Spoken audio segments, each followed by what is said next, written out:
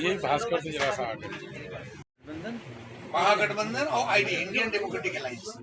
तो सलमान हसनी साहब ने कल दोपहर बुलाया, देखा आपने उनका हुआ, फिर बताया भी वहाँ के बाद तो बड़ी डिसीजन जाएंगे तो फिर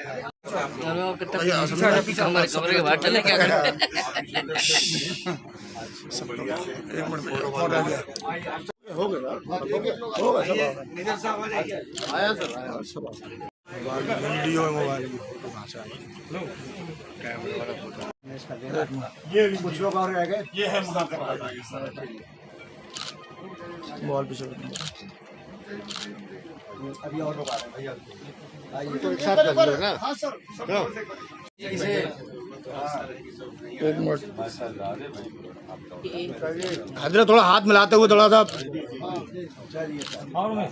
मोबाइल नीचे करेंगे भैया, ठीक है? और बताओ, और कोई आदेश? आइए कौन रह गया? निकल जाओ भैया।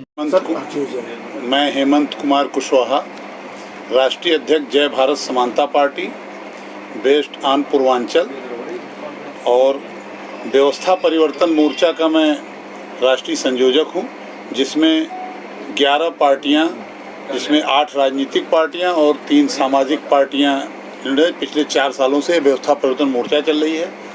आज हम सब लोग माननीय तौकीर रजा साहब के साथ एक आरजू लेके आए हैं कि हम ही नहीं, केवल व्यवस्था परिवर्तन ही नहीं, आईडीए जिसमें 15 साथी हैं प्लस सामाजिक लोगों को मिला करके कुल 52 से 54 लोगों का यह गठबंधन हो चुका है, जिसमें 42 तो राजनीतिक पार्टियां हैं।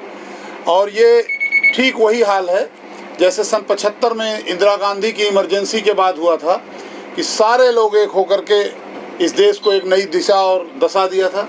आज धनखड़ साहब, आपके मुस्लिम प्रोफेसर सलमान साहब सहित तमाम 42 दलों के लोग आज एक होकर के महागठबंधन के नाम से यूपी ही नहीं, इस देश को मुक्त कराने के लिए 2022 में एक नया फार्मूला नहीं, ये साझा सरकार है।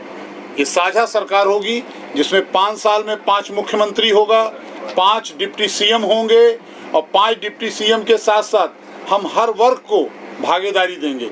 ऐसा नहीं कि जिस तरीके से पिछले 70 सालों में कांग्रेस ने अल्पसंख्यक साथियों को लूटा, फिर उसके बाद बचा कुचा घर तय गया तो मुलायम सिंह के परिवार ने लूटा, वो लूटते ही रहे, कभी इन्हें हक अधिकार देने का काम नहीं किया।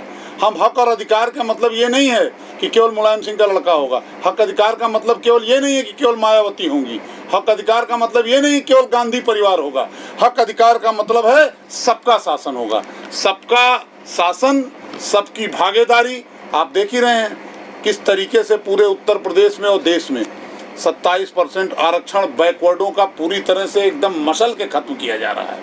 इन तमाम मसलों को लेते हुए हमारे तमाम लोगों को, मौजूद लीडरों को, बड़े लोगों को जिस तरीके से मॉब लिंचिंग करके मारे जा रहे हैं, इन सब मसलों को लेकर के आज हम लोग तौकीर रजा साहब की दरबार में आए हैं। एक तरीके से ये हजरत आला की दरबार है बगल में, और सब लोगों की मंशा है कि आइए हम सब लोग मिल करके एक बार एक ऐसी सरकार बनाएं जो आम जनता की सरकार हो, किसी प्राइवेट लिमिटेड कंपनी की सरकार ना हो। यही आशा और विश्वास लेके आए हैं।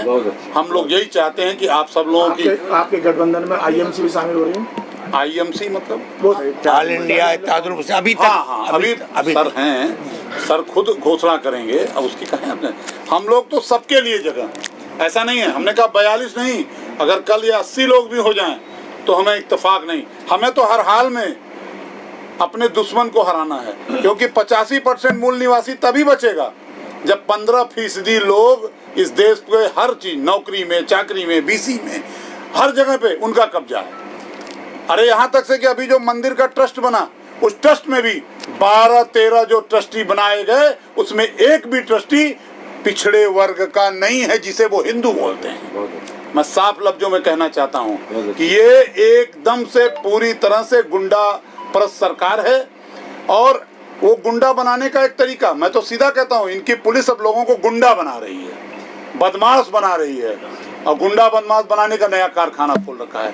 हम इनके ईवीएम का जवाब 60 पार्टियां एक साथ मिलकर देंगे। जहां ये 2000-4000 ईवीएम से बेईमानी करके जीतते हैं, हम तौकीर रजा साहब वादा करते हैं कि 40,000 से ज़्यादा का मार्जिन रखेंगे, बिहार वाला हाल होने नहीं देंगे। हम इसी वादा और इंसाफ के साथ आ जाए हैं। मैं व्यवस्था परिवर्तन मोर्चा का संयोजक, हमारे धनगढ़ साहब बैठे हैं आईडीए के संयोजक, इंडियन डेमोक्रेटिक अलायंस। पहले मैं आपका परिचय जानना चाहता हूँ। मैं वसी अहमद एडवोकेट, किस पार्टी से? कार्यवाहक अध्यक्ष राष्ट्रीय मुस्लिम मजलिस, ऑल इंडिया मुस्लिम मजलिस। जो गठबंधन हो रहा है इसमें क्या कहना चाहते हैं? देखिए, ये गठबंधन में सभी राजनीतिक दलों को शामिल किया जा रहा है।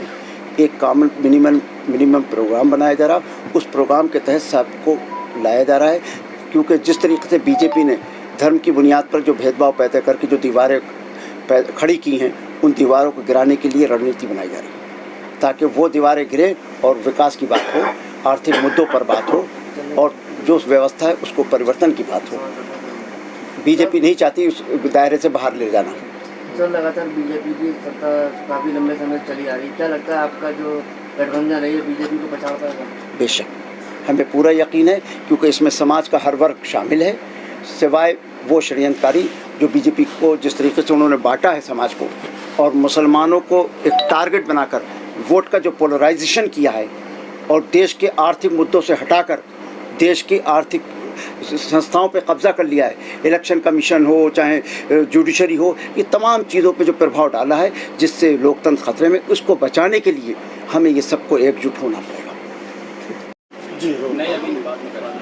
बताइए सर। मेरा नाम साहब सिंह धनगर भैया जी है, जनपद अलीगढ़ है। राष्ट्रीय सोशलिस्ट समाज पार्टी का राष्ट्रीय अध्यक्ष हूँ, और हम लोगों ने एक इंडियन डेमोक्रेटिक अलायंस बनाया है, उसका राष्ट्रीय संयोजक हूँ।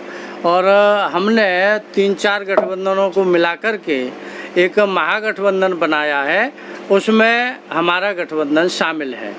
तो हम लोगों का जो मकसद है, इस 74 वर्ष की आज़ादी में इस देश में विद्यमान सभी धर्मों, जातियों, वर्गों, समुदायों के लोगों को उनकी जनसंख्या के अनुपात में शिक्षा, नौकरी, व्यापार, राजनीति किसी भी क्षेत्र में हिस्सेदारी नहीं मिली है।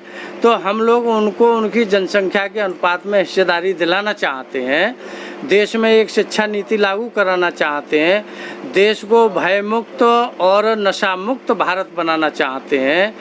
किसानों, कृषि को उद्योग का दर्जा दिलाना चाहते हैं। तो ये हम लोगों के मुख्य उद्देश्य हैं। इसके मकसद से ही हम लोगों ने ये गठबंधन बनाया है, जिसमें लगभग 50-52 पॉलिटिकल पार्टी और सामाजिक संगठन इसमें जुड़ चुके हैं, और इसमें और लोगों को जोड़ने की मुहिम जारी है। हमारा मकसद तो ये है कि इस पूरे भारत देश में SC, ST, OBC माइनॉरिटी के जितनी पॉलिटिकल पार्टी हैं, जितने सामाजिक संगठन हैं, हम सबको इकट्ठा करना चाहते हैं। और इस देश में जो फांसीवादी ताकतें हैं, जो सांप्रदायिक माहौल पैदा करती हैं, ऐसे लोगों को हम उखाड़ फेंकना चाहते हैं। धन्यवाद।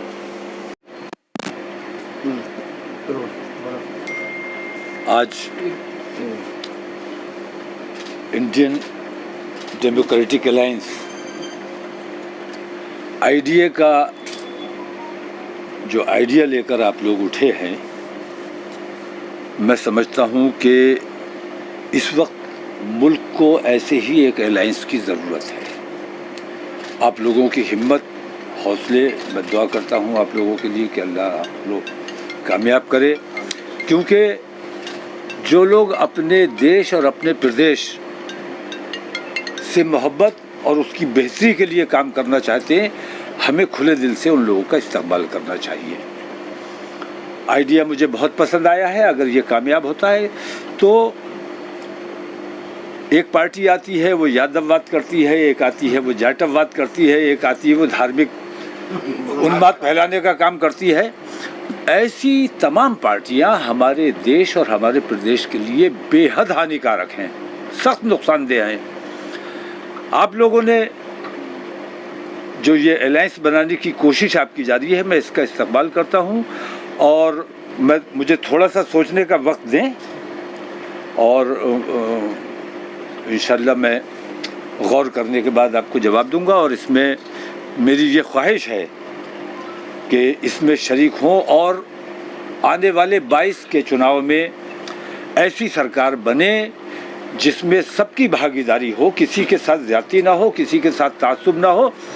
सबको बराबरी का अधिकार मिले, ऐसी सरकार हमारे देश, हमारे प्रदेश के लिए बेहद ज़रूरी है।